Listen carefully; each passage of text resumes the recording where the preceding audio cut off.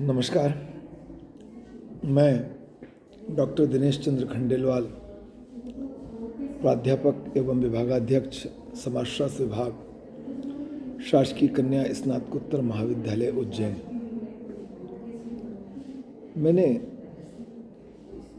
कुछ समय पूर्व लक्ष्य का निर्धारण विषय पर एक वीडियो YouTube पर अपलोड किया था। उसके साथ ही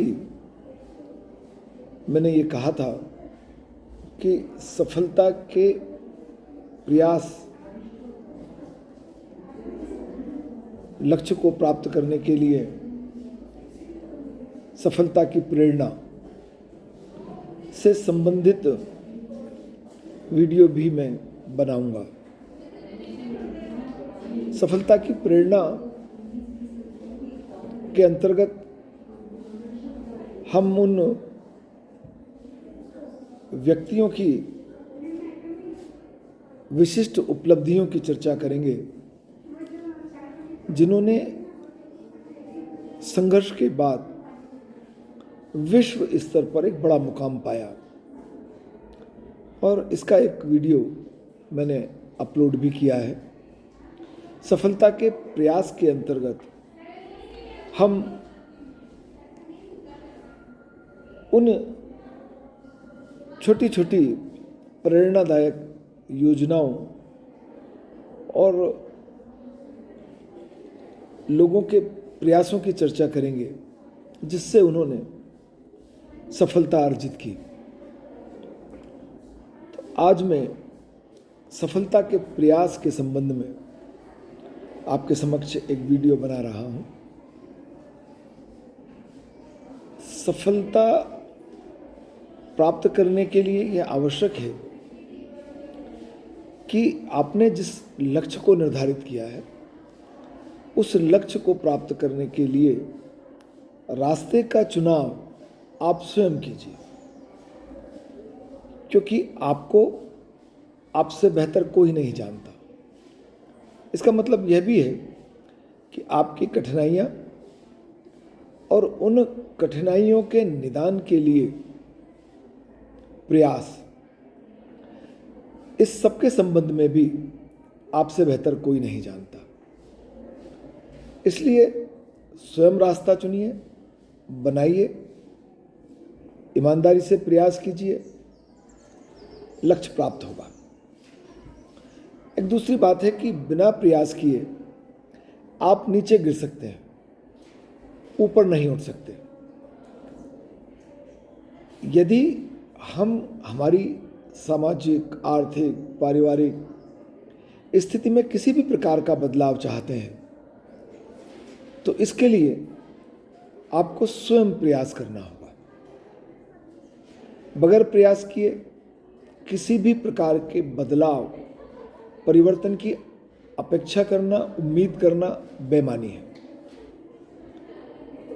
प्रयास करने से ही आप ऊपर उठ सकते हैं। यह गुरुत्वाकर्षण का नियम भी है और जीवन का भी। आप ये बात समझ लीजिए कि प्रयास ही सफलता की सीढ़ी है। रास्ता कोई भी बता सकता है, सलाह, मार्गदर्शन कोई भी दे सकता है। प्रयास स्वयं करना होंगे। कोई भी डॉक्टर आपको सेहतमंद नहीं बना सकता, सेहतमंद बनने के उपाय बता सकता है। सेहतमंद बनने के लिए उन उपायों के अनुसार कार्य आपको स्वयं करना होगा। कोई भी फिटनेस ट्रेनर आपको पतला नहीं कर सकता। कोई भी शिक्षक आपको बुद्धिमान नहीं बना सकता। कोई भी गुरु आपको कामयाबी नहीं दिला सकता। कोई भी अमीर आपको अमीर नहीं बना सकता। ये सब केवल रास्ता बता सकते हैं, सलाह दे सकते हैं। उस सलाह का अनुसरण करना, उस रास्ते पर चलना आप पर निर्भर है। आपकी मेहनत, आपका प्रयास आपको सफलता के उन मुकामों तक ले जाएगा, उन ऊंचाइयों तक ले जाएगा जिनकी कल्पना आपने की है। कई बार आपके प्रयास आपको आपकी कल्पना से बहुत अधिक भी दे देते हैं, पर इसके लिए आवश्यक है कि अपनी कमजोरियों को पहचानिए और साथ ही साथ अपनी विशेष क्षमताओं को भी पहचानिए। अपनी कमजोरियों को पहचानकर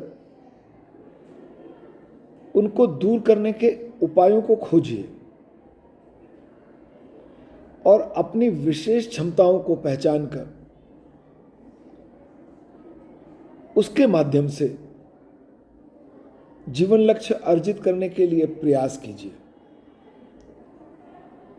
आप पहले व्यक्ति नहीं हैं जिसे जीवन में परेशानियां हैं, जो संघर्ष कर रहा है। संघर्ष ही सफलता की सीढ़ी है, इसलिए संघर्ष से घबराइए मत। मैं मेरे अध्ययन काल के एक साथी के संस्मरण की चर्चा करते हुए आपसे सफलता के प्रयास की और थोड़ी चर्चा करूंगा। इससे आपको थोड़ी प्रेरणा मिल सकती है। मेरे एक मित्र हायर सेकेंडरी में अपनी तहसील के टॉपर थे। वे कला संकाय के विद्यार्थी थे और वाणिज्य और विज्ञान संकाय के विद्यार्थियों को पीछे छोड़ते हुए उन्होंने तहसील में टॉपर होने का गौरव प्राप्त किया था। परंतु परिवार की कुछ विशिष्ट परिस्थितियों के कारण वह अध्ययन करने के लिए, उच्च अध्ययन के लिए, कॉलेज अध्ययन के लिए, उच्च शिक्षा प्राप्त करने के लिए नहीं जा पाए और उन्हें नौकरी करना पड़ी और उस नौकरी का समय भी बहुत अधिक था। प्रातः 8 बजे से रात के 11:30 बजे तक।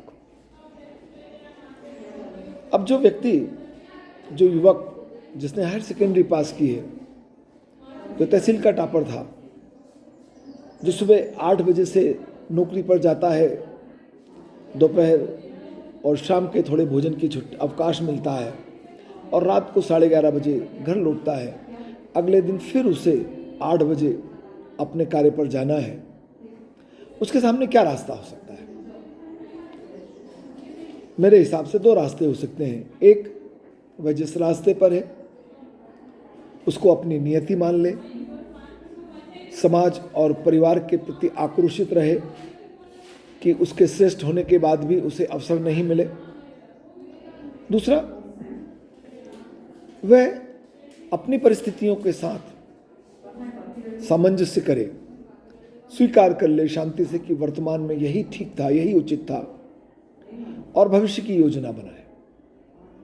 उस विद्यार्थी ने ऐसा ही किया। लगातार 6 वर्षों तक यह नौकरी करते हुए उसने स्वाध्यायी छात्र के रूप में अपना अध्ययन जारी रखा। और आप कल्पना कर सकते हैं कि जो विद्यार्थी सुबह 8 बजे नौकरी पर जाता है, रात को 11:30 बजे आता है, उसने अपने लिए समय कब निकाला होगा। पर जीवन में कुछ प्राप्त करने के लिए, अपने लक्ष्य को प्राप्त करने के लिए योजना बनाना ही पड़ती है। और योजना बनाकर उस विद्यार्थी ने अपने लिए समय निकाला और वर्तमान में वह शासन में प्रथम श्रेणी अधिकारी के रूप में अपनी सेवाओं से सेवानिवृत्त हुआ है। ये छोटा सा उदाहरण आपको इस बात के लिए प्रेरित करेगा कि अपनी वर्तमान परिस्थितियों से निराश ना हो और भविष्य के लक्ष्यों को प्राप्त करने के लिए ईमानदारी, सजगता, तत्परता, लगन से प्रयास कीजिए। सफलता आपको अवश्य प्राप्त होगी। धन्यवाद।